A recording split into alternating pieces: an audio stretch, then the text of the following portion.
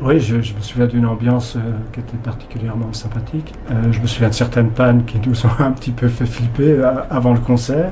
À l'époque, c'était en 2002 et on jouait avec beaucoup de machines. Et les machines se sont cassées dans l'avion, hein, et ce qui fait qu'on a joué très roots. Et c'était, finalement, on s'en est très bien tiré. On était même très, très heureux du concert, quoi. Dans l'abouti, enfin, dont je suis pas suffisamment content pour la diffuser. Musicalement, ça me plaît pas trop, la mélodie elle-même. Et puis le texte je trouve le texte un petit peu trop, comment dirais-je, agence touristique, vous voyez. Donc, un peu, ça manque un peu d'âme et de, c'est un peu trop figé, quoi, comme image.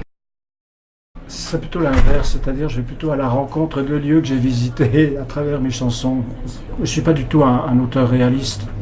D'ailleurs, la réalité, c'est pas mon fort. J'ai besoin d'imaginer davantage. Comme il y a des noms, des mots de ville, des noms de villes ou de pays qui m'intéressent, je peux écrire sur un pays que je ne connais pas et d'aller ensuite vérifier si mon imagination est bonne ou pas, quoi. Chaque concert est différent. Déjà parce que le public est très différent d'une ville à l'autre et ça joue complètement sur l'atmosphère et que moi je ne suis pas forcément non plus dans le même état d'esprit que la veille. Et justement c'est ça qui est passionnant, c'est que je peux chanter Alligator 427 3000 fois et je sais que les 3000 fois seront différentes. Et puis que je m'amuse aussi. Alligator, je peux le faire en souriant et je peux le faire en colère. C'est complètement deux morceaux différents avec le même texte. Techniquement, je sais où je vais, mais il y a une partie qui me manque. C'est le public et c'est l'ambiance générale. Et si au dernier moment il y a la pleine lune et qu'il fait 25 degrés, ou bien si il fait 15 degrés et qu'il pleut, c'est que déjà ça sera plus du tout pareil. Donc on joue avec l'instant. Et c'est pour ça que c'est intéressant aussi d'écrire de façon intemporelle. Que les Beatles, c'était un peu gentil. Bon, je rentrais dans l'adolescence, j'étais très intérieurement, je bouillonnais de violence et je me retrouvais davantage dans ce qui dérivait du blues.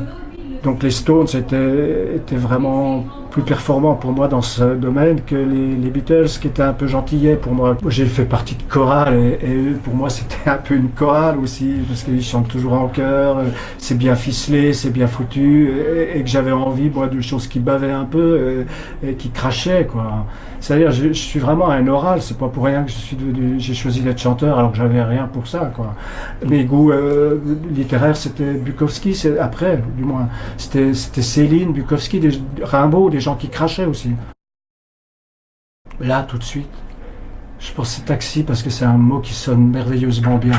Mais j'ai jamais utilisé, je crois. Mais ça, voilà, c'est des mots que j'aime parce qu'il y a quelque chose qui sonne dedans, qui sont très musicaux, puis qui exprime aussi un certain nombre d'images. Mais c'est un peu léger quoi, comme réponse parce qu'il y a une multitude de mots plus intéressants que je pourrais utiliser aussi, quoi. Non, pas vraiment, mais disons que je m'intéresse encore à la musique et à la poésie et que j'essaie de fabriquer des choses.